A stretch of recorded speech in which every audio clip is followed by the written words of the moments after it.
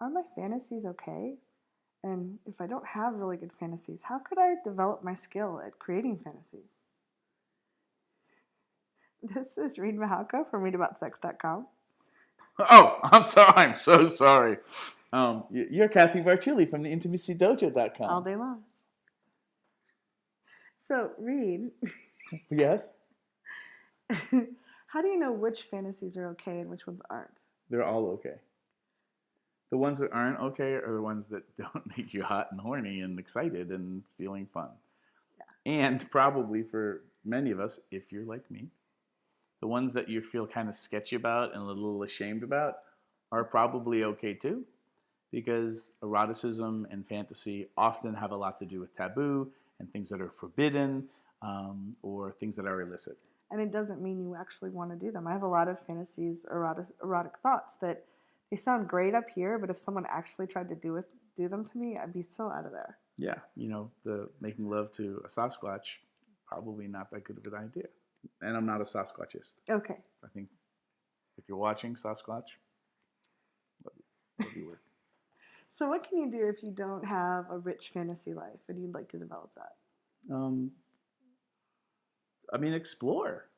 Look at things that are maybe taboo to you or things that you don't think you should be doing.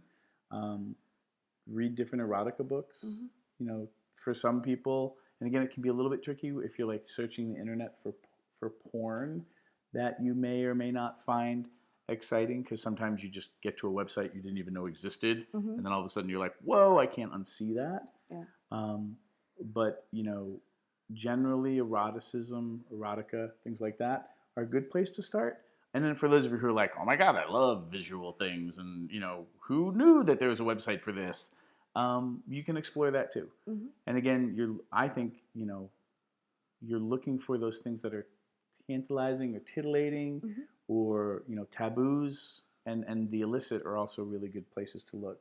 Mm-hmm. And then also for those of you whose fantasies are, romance and the candlelight and a relationship that never ends. That's a fantasy too. Not a fantasy like you can't have it. But it's something. Although by today's statistics, but you're allowed to have really really tame fantasies. Mm-hmm. Again, it's the things that turn you on. Yeah.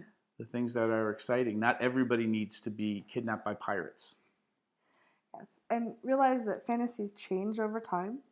So things that I really enjoyed a couple of years ago, some of those they don't do anything for me anymore. We grow and evolve as human beings, and we get to expand and explore what turns us on, and that's really powerful. Mm-hmm. If you can tell your partner to whisper, if you're a pirate fantasy person, like "arg, matey" in your ear when you're playing together, I know that was really corny. Arg, matey. Example. But if you can tell your partner what's erotic for you, you can actually heighten the excitement. That's scary. Don't just show up in the bedroom with a parrot. Okay, that was way too corny. We should stop. We're giving them no value. So again, and have maybe we're role modeling. Have fun. Have fun with things. Understand that your partner may not understand why you think something is hot. Show them this video. Hopefully we won't ruin it for you.